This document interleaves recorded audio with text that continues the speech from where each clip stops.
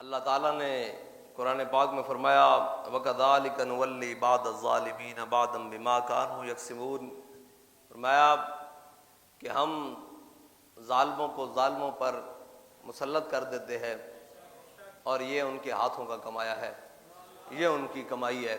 ظلم آخر ظلم ہے۔ حضرت جناب ابو ہریرہ رضی اللہ تعالیٰ عنہ سے روایت ہے، جناب ابو ہریرہ رضی اللہ تعالیٰ عنہ آپ بیٹھے تھے اور آپ کے سامنے ایک شخص نے کہا کہ ظالم جو کچھ کرتا ہے نا وہ اسی کے لیے ہے، وہ اپنے انجام کو پہنچ جائے گا، یا ظالم کا کمایا اس کے ہاتھوں میں ہی آئے گا، وہ ظالم کا ظلم اس کے اپنے اوپر ہی اثر کرے گا۔ فرمایا ظالم کا کمایا اس کے ہاتھ تک نہیں آئے گا۔ ظالم جب ظلم کرتا ہے تو جنگل میں جو پرندوں کے گھونسلے ہیں نا ان کے اندر پرندوں کے جسم بھی پگھل جاتے ہیں، ظالم کا ظلم وہاں تک اثر کرتا ہے۔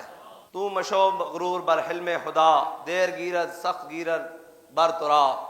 مولانا روم فرماتے ہیں کہ تو اس طرح نہ کر کہ اللہ تعالیٰ نے تجھے چھوٹ دی ہوئی ہے کہ وہ تجھے پکڑے گا نہیں۔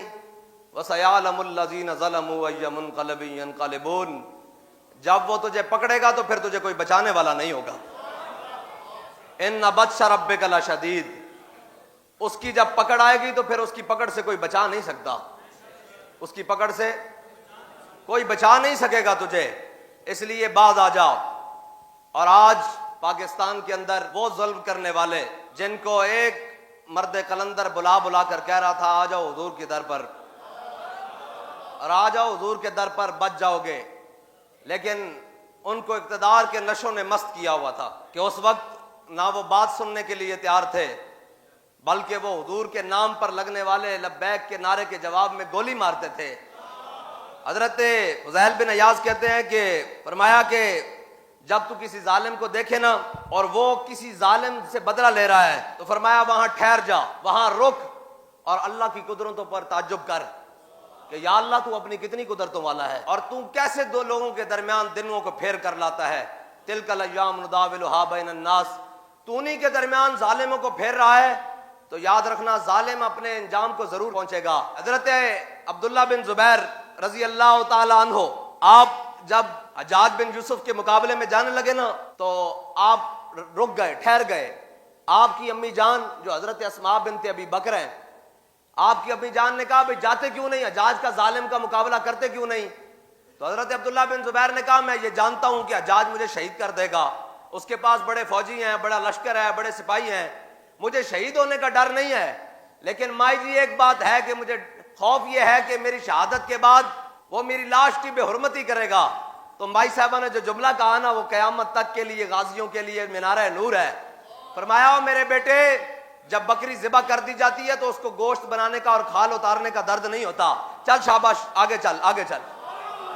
حضرت عبداللہ بن زبیر جب حجاج کے مقابلے میں آئے تو حجاج نے آپ کو شہید کر دیا، اور حجاج تو ظالم تھا، وہ تو آج دنیا میں بھی اندھیرے میں ہے، تو حضور نے فرمایا قیامت والے دن بھی اندھیرا ہوگا، لیکن اندھیرے کے اندر ایک اندھیرا ہوگا جس کے اندر ظالم چل کے آ رہا ہوگا۔ اتنے گہرے اندھیروں میں ظالم ہوگا، اتنے گہرے اندھیروں میں۔ تو حضرت عبداللہ بن زبیر چلے گئے حجاج کے مقابلے میں، جب چلے گئے تو اس نے کیا ایسے ہی، اس نے آپ کو شہید کر دیا، اور آپ کی مبارک جسد کو، آپ کی لاش کو اس نے خانہ کعبے کی دیوار کے ساتھ لٹکا دیا اور بیخوں کے ساتھ لٹکا دیا۔ لیکن ان ماؤں کو بھی سلام ہے پھر، سیرت فرزند ہاز امہات، جوہر صدق و صفاز امہات۔ حضرت اسماء بنت ابی بکر، یہ وہی اسماء بنت ابی بکر ہیں جو حضرت سیدنا صدیق اکبر کی صاحبزادی ہیں، غار ثور کے اندر کھانا لے کر پہنچی، یہ وہی اسماء بنت ابی بکر ہیں، یہ حضرت زبیر بن عوام کی زوجہ محترمہ ہے، اور حضرت عبداللہ بن زبیر کی یہ امی جان ہے۔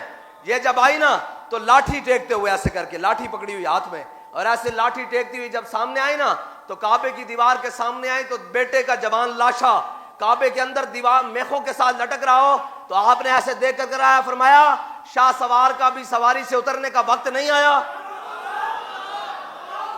تو پھر اتنی دیر میں حجاج بھی آ گیا۔ جب حجاج آیا نا، یہ ہے ظالم کے خلاف، ظالم ظالم ہوتا ہے، جب ظالم آیا نا سامنے حجاج تو حضرت اسماء بنت ابی بکر نے فرمایا میں نے اپنے آقا مولا صلی اللہ تعالیٰ علیہ وسلم کی زبان مبارکہ سے سنا تھا کہ قبیلہ ثقیف میں ایک کذاب آئے گا اور ایک ظالم آئے گا، ایک جابر آئے گا۔ فرمایا ہم نے اپنی آنکھوں سے کذاب تو دیکھا وہ قبیلہ ثقیف کے ایک شاخ میں آیا مسلمہ کذاب، لیکن جابر میں آج اپنی آنکھوں کے سامنے دیکھ رہی ہوں، حضور نے فرمایا قبیلہ ثقیف کے اندر ایک ظالم آئے گا، وہ میری آنکھوں کے سامنے کھڑا ہے۔ تو حجاج بڑا بفرا ہوا، بڑا بدماش تھا، اسے بھی ایسے ہی ناز تھا، ہے جی، بخت کے تخت سے یک لخت اتارا ہوا شخص، تم نے کبھی دیکھا ہے جیت کے ہارا ہوا شخص ہے؟ وہ اس کو بھی اتنا ہی جناب اپنی طاقت پر مان تھا، اور وہ بھی بدماش تھا اس وقت۔ اور جناب جب وہ آئے نا حضرت اسماء بنت ابی بکر، انہوں نے کہا یہ کون ہے مائی صاحبہ؟ انہوں نے کہا یہ حضرت جناب سیدنا صدیق اکبر کی صاحبزادی ہے۔ تو اس نے کہا اچھا اچھا اچھا اچھا، پھر چپ کر کے نا کان لپیٹ کے نیچے سے نکلا اور دائیں بائیں چلا گیا۔ تو ظالم پھر کیا بنا؟ پھر حجاج کا ظلم اس کے گلے آ گیا، اللہ تعالیٰ نے اس کو ایسی بیماری لگا دی کہ اس کو آگے سے سردی اور پیچھے سے گرمی محسوس ہوتی تھی، یا آگے سے گرمی اور پیچھے سے سردی محسوس، بیک وقت ایسی بیماری میں مبتلا کر دی اللہ تعالیٰ نے۔ پھر یہاں تک نہیں ہوا، اس کے منہ میں کیڑے پڑ گئے، اور وہ کسی سے بات کرتا تھا تو منہ سے کیڑے جھڑتے تھے، اور اتنی سخت بدبو اس کے قریب سے آتی، دیکھنے والے اس سے بھاگ جاتے، اس کی چارپائی بھی چوک کے اندر آ گئی آخری وقت میں۔ ظالموں کا انجام ظالمانہ ہوتا ہے۔ اور کل جو خوش ہو رہے تھے ہم پر گولیاں برستے ہوئے، کل جو جناب بڑی تالیاں بجا رہے تھے کہ ہم نے پکڑ کے ان کو ایسے کر دیا ہے، کل جو وہ باہر کے ملک جا کر کہہ رہے تھے کہ ہم نے جناب وہ چوڑی چھوڑ دی ہے، ہم نے جناب ان کو جیلوں میں بند کر دیا ہے، ہم اس بات پر خوش نہیں ہیں کہ تمہارا خون اسلام آباد کی روڈوں پر بہا ہے، اس لیے کہ خون مسلم ارزاں ہے۔ یہ تو کفر کی سازش ہے نا، جب ہمارا بہے تب تو بہتا ہے حضور کے نام پر، ہمارا با حضور کے نام پر۔ یہ بھی کوئی نہ کہے کہ لبیک والے آگے ہوں گے تو پھر آئے گا نا فانزل اللہ سکینتہ علی رسولہ وعلی المؤمنین وانزل جنودا لم تروھا۔ اس لیے یہ بات نہیں کرنی کہ ہم کھڑے رہتے، ہم کون ہیں؟ ہم کہاں کھڑے رہتے ہیں؟ فانزل اللہ سکینتہ علی رسولہ، اللہ تعالیٰ اپنا اور وہ لشکر اتارتا ہے جو نہ ہمیں نظر آتے ہیں نہ انہیں نظر آتے ہیں۔ بھائی وہ لشکروں سے بات بنتی ہے۔ بات پھر وہیں آ گئی کہ آج مر تو جانا ہے، گولیاں ہمیں بھی لگی، ہمارے بھی زخمی آج تک ہسپتالوں میں جناب علاج کرا رہے ہیں، گولیاں تمہیں بھی لگی، لیکن فرق صرف اتنا ہے کہ ہمیں حضور کے نام پہ لگی۔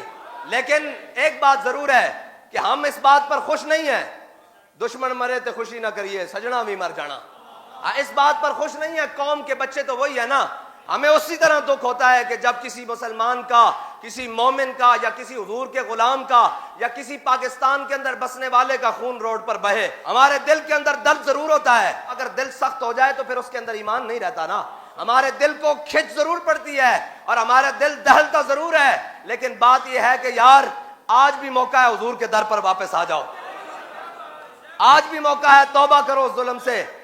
اور یہ دیکھو یہ دنیا ہے، یہ تو پھر کر ساری باتیں آ گئی ہیں۔ کل تک ہم کہتے تھے کہ جناب ہمارے زخمیوں کو علاج بھی نہیں ہونے دیا جا رہا، ہمارے زخمیوں کی MLC رپورٹ بھی نہیں بنانے دی جا رہی، تو یہ کہتے تھے ریاست میں کیسے ممکن ہے؟ آج ممکن ہوا کہ نہیں ہوا؟ ہم آپ کو سمجھاتے تھے کہ اس حد تک نہ جاؤ، یہ جو ہاتھ تمہارے ہمارے گریبانوں پر آ رہے ہیں یہ پھیر کر تمہارے گریبانوں پر آئیں گے۔ ہمارا تو بھروسہ اللہ اور اس کے رسول پر ہے، تمہارا بتاؤ بھروسہ کس پر ہے؟ جن پر بھروسہ تھا وہی پتے ہوا دینے لگے۔ آگ لگی نا جب، تو جن پر تکیہ تھا، جن پر بھروسہ تھا کہ جناب ان کی چھاؤں میں آ جائیں گے، وہ بھی ہوا دینے لگے کہ آگ ذرا اور تیز ہو جائے، اور تیز۔ ہمیں اس بات کی خوشی نہیں ہے، نہ ہم اس بات کی خوشی مناتے ہیں۔ وہ ہم بات اور کہتے ہیں کہ آپ کے بس میں بات نہیں ہے کہ آپ آزادی کی جنگ لڑ سکیں۔ اس بات پر ہم آج بھی قائم ہیں کہ آزادی کی جنگ وہ لڑے گا جو حسرت موہانی کی لائن والا ہوگا، آزادی کی جنگ وہ لڑے گا جو احمد اللہ مدراسی کی لائن والا ہوگا، آزادی کی جنگ وہ لڑے گا جو اسی لائن میں چلتے چلتے عبداللہ بن زبیر والی لائن میں ہوگا، سعید بن مسیب والی لائن میں ہوگا۔ آزادی کی جنگ وہ لڑے گا اور جو حق اور باطل کے خلاف کھڑا ہوگا۔ لیکن بہرحال پھر بھی ہم اس بات پر خوش نہیں ہیں، ہم نے یہ آ کر نہیں کہا کہ یہ تھوڑے سے بندے ہیں، یہ شکر کرو ہم آج بھی اس صف میں نہیں کھڑے جس صف میں، جس طاغوت کی صف میں تم کھڑے تھے، اس لیے کہ ہمارا بھروسہ اللہ اور اس کے رسول پر ہے۔ ہم بات اللہ اور اس کے رسول، اگر نفسیات کی بات ہو، اگر ذاتیات کی بات ہو تو ہم تمہارے بخیے ادھیڑ کے رکھ دیں آج بھی، اور ایسی دلیلیں دیں کہ تمہیں منہ چھپانے کی جگہ نہ ملے، لیکن ہم نے یہ بات نہیں کی، اس لیے کہ ہم شیر حکم نیستم شیر ہوا، مولا کائنات رضی اللہ تعالیٰ عنہ نے جب دشمن کو نیچے لٹایا نا تو ایسے کر کے جناب خنجر نکالا اور اس کے گلے پر پھیرنے لگے تو اس نے علی کے منہ پر تھوک دیا. تو مولا کائنات یہ کہتے ہوئے اٹھائے, فرمایا علی حق کا شیر ہے, خواہشات کا نہیں. انہوں نے کہا مولا کائنات اس کو مارا کیوں نہیں؟ فرمایا اس میں میرے ذات پر حملہ کر دیا تھا, علی کی ذات اس پر ملوث ہو گئی تھی, اس لیے اس کو چھوڑ دیا تھا. آپ نے تو ہماری ذات پر بھی بات نہیں کی نا. یہ کہیں گے ان کو جیلیں ہوئی, ان کو گولیاں لگی, ہمیں لگی, فخر ہے آج بھی. ہم تو وہ داغ کھلے ہوئے رکھ کر, ہمارا تو دل ہے کہ وہ جہاں داغ لگے ہیں حضور کے نام کے, حضور کی محبت کے نشان جو لگے ہیں, اللہ ان کو کھول کر ہمیں قبر میں لے کر جائے. ہے جی, ان کو کھول کر اللہ تعالیٰ ہمیں قبر میں لے کے جائے. اگر ہم قبر میں پہنچے تو وہ ملے ہوئے زخم بھی کھل جائیں. ایک بار حضور پوچھ لے یہ کیا ہوا ہے, تو ہم کہہ دیں یا رسول اللہ آپ کے نام پر یہ پھول لے کر آیا ہے. بس ہمارے لیے تو فخر کی بات ہے, لیکن بس اتنی سی بات ہے, ظالم آخر ظالم ہوتا ہے, ظالم کا ساتھ دینے والا بھی ظالم ہو جاتا ہے. وہ کسی نے پوچھا تھا نا, انہوں نے کہا جناب میں تو ظلم نہیں کرتا, میں تو صرف بادشاہ کے کپڑے سیتا ہوں. تو فرمایا یہ تو اس سے بڑا ظلم کون ہے جی. وہ حضرت ابو العباس مرسی, آپ دائم الحضوری تھے, آپ کو ہر وقت امام الانبیاء صلی اللہ تعالی علیہ وسلم کی زیارت ہوتی اور جاگتے ہوئے ہوتی. ایک شخص آیا آپ کے پاس, وہ آپ کو بادشاہ کے پاس لے گیا. اس نے کہا جی میرا ذاتی کام ہے, آپ بادشاہ کے پاس چلیں. آپ اس کے ساتھ چلے گئے بادشاہ کے پاس. جب پہنچے نا تو بادشاہ نے کہا ابو العباس مرسی جیسا شیخ میرے دروازے پر آ گیا ہے. وہ اٹھا, اس نے اپنی کرسی چھوڑی اور اپنی کرسی پر بٹھا دیا, اور جناب بڑی عزت بڑی آؤ بھگت کی, کام بھی سارے کیے. جب ابو العباس مرسی وہاں سے نکلے نا تو زیارت ہونی بند ہو گئی, دائم الحضوری ختم ہو گئی, بالکل ایسے ختم ہو گئی. وہ تو رونا شروع ہو گئے, یہ کیا بن گیا؟ روتے رہے حضور کی بارگاہ میں, مناجات, التجائیں, تمنائیں کرتے رہے حضور کی بارگاہ میں, یا رسول اللہ کیا غلطی ہو گئی, کیا معاملات ہو گئے. لیکن امام الانبیاء نے زیارت نہیں کروائی. جب حد سے بات بڑھی نا, ایک دن حضور امام الانبیاء ان کی آنکھوں سے دور ایسے گزرے. فرمایا ابو العباس ظالموں کی کرسی پر بھی بیٹھتے ہو اور کہتے ہو ہماری زیارتیں بھی ہو. اس لیے ہم ظالم کا ساتھ نہیں دیتے, اس لیے نہ ہم نے کل ساتھ دیا تھا نہ آج دیا ہے. ہم تو ایک ہی بات کہتے ہیں کہ نہ ہم ادھر کھڑے تھے نہ ادھر کھڑے تھے, ہم حق کے ساتھ کھڑے ہیں اور آج بھی حق کے ساتھ کھڑے ہیں. آج بھی حق کے ساتھ کھڑے ہیں, اس لیے کہ ہم نے جن سے سبق پڑھا ہے وہ یہی ہے کہ مر جائیں گے ظالم کی حمایت نہ کریں. تم اس وقت ظالم تھے, آج تم پر کوئی اور ظالم مسلط ہے. نہ ہم نے اس وقت تمہاری حمایت کی نہ آج ان ظالموں کی حمایت کرتے ہیں. یہ ہمارا اصولی موقف ہے, اس پر ہماری گردن اترتی ہے تو اتر جائے. ہم اس ظلم کی مذمت کرتے ہیں, خالی مذمت ہی نہیں بلکہ اس حد تک کرتے ہیں کہ یار گولی چلانے والے سے کہتا ہوں اپنے بجٹ ہم تمہیں اس لیے نہیں دیتے کہ تم اپنے بچوں پر چلاؤ, اور وہ ڈھیٹ جو ڈی چوک کے اندر کھڑے ہو کر کہہ رہے ہیں کہ گولی نہیں چلی. میں نے کہا بھول گئے ہو, کل تک تو تم بھی یہی تھے نا, آج تمہیں استعمال کیا جا رہا ہے. باز آ جاؤ, تم بھی باز آ جاؤ. یہ جو خون ہے نا یہ رائے گاہ نہیں جائے گا, یہ خون آخر پلٹ کر تمہاری گردنوں تک بھی آ جائے گا. تم ظالم کا ساتھ مت دو, آج بھی ہم تمہیں کہتے ہیں ظالم کا ساتھ مت دو. ضعیف اگر نظر پڑے رسول کا جمال بن.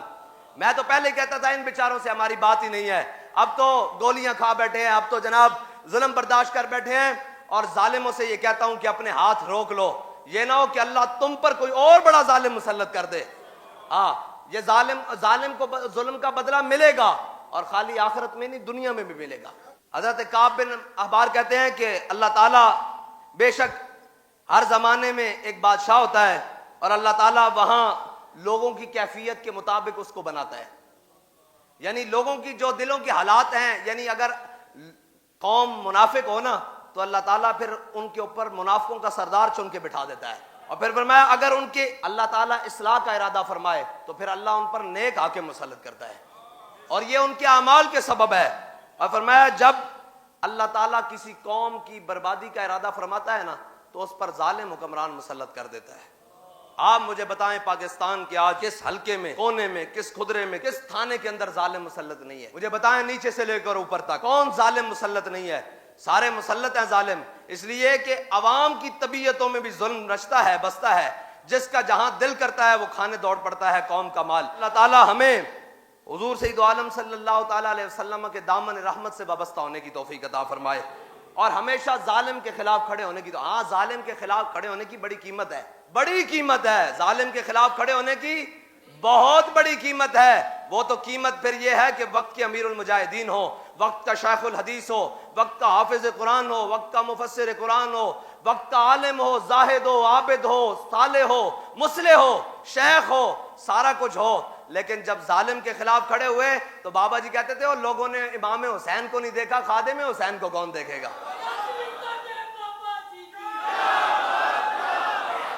اقبال کہتا ہے یہ زائران حریم مغرب ہزار بنے رہبر ہمارے، ہمیں بھلا ان سے واسطہ کیا ہے جو تجھ سے نہ آشنا رہے ہیں۔ آپ سوچو نا، وہ ہیومن رائٹس اور وہ سارا کچھ کل تک میڈیا کو ہماری تصویر دکھانے سے روکتے تھے، آج کہاں گیا وہ؟ میں نے کہا نا جن پتوں پہ تکیا تھا وہی ہوا دینے لگے۔ آج بھی وقت ہے حضور کے در پر لوٹ آؤ، ظالموں کا ساتھ چھوڑ کر، جو اس وقت ظالم ہیں یا آج ظالم ہیں، ان ظالموں کا ساتھ چھوڑ کر دین حق کی طرف لوٹ آؤ۔ ان اللہ لا یظلم مثقال ذرہ ہے جی، اللہ تعالیٰ کسی پر ایک ذرے برابر بھی ظلم نہیں کرتا۔ اللہ کو ظالم پسند نہیں ہے، اور ظالم کی خاموش حمایت کرنے والا بھی، ظالم کے ظلم پر خاموش رہنے والا بھی ظالم کا حمایتی ہوتا ہے۔ اس لیے ہم سارے زخم کھانے کے باوجود ظالم کے خلاف بولتے ہیں، اور آج بھی بولتے ہیں، اور انشاءاللہ جب تک جان میں جان ہے انشاءاللہ ظلم کے خلاف رہیں گے۔ یہ نہیں ہو سکتا کہ وہ ظلم ہم پر ہو تو ہم ناراض ہوں اور کسی اور پر ہو تو ہم خوش ہوں۔ ہم خوش نہیں ہیں، لیکن آپ کو تنبیہ کرتے ہیں کہ یہ ظلم، یہ ساری زیادتیوں کے دروازے آپ نے کھولے تھے، آج بھی موقع ہے حضور کے ان غلاموں کی قبروں پر جا کر توبہ کرو، اور ایک حضور کے عاشق کی قبر پر جا کر توبہ کرو کہ بابا آپ کی دعا کا ایک ایک حرف پورا ہو رہا ہے۔ آج بھی موقع ہے، آ کر معافی مانگو اور حضور کے در پر واپس آ جاؤ۔ ہاں مل سکتی ہے معافی۔ حضرت اکرمہ آئے، حضور نے فرمایا جا اکرمہ مومنا و مہاجرن، فرمایا اکرمہ مومن اور مہاجر بن کے آیا ہے، اس کے سامنے اس کے باپ کو کچھ نہیں کہنا۔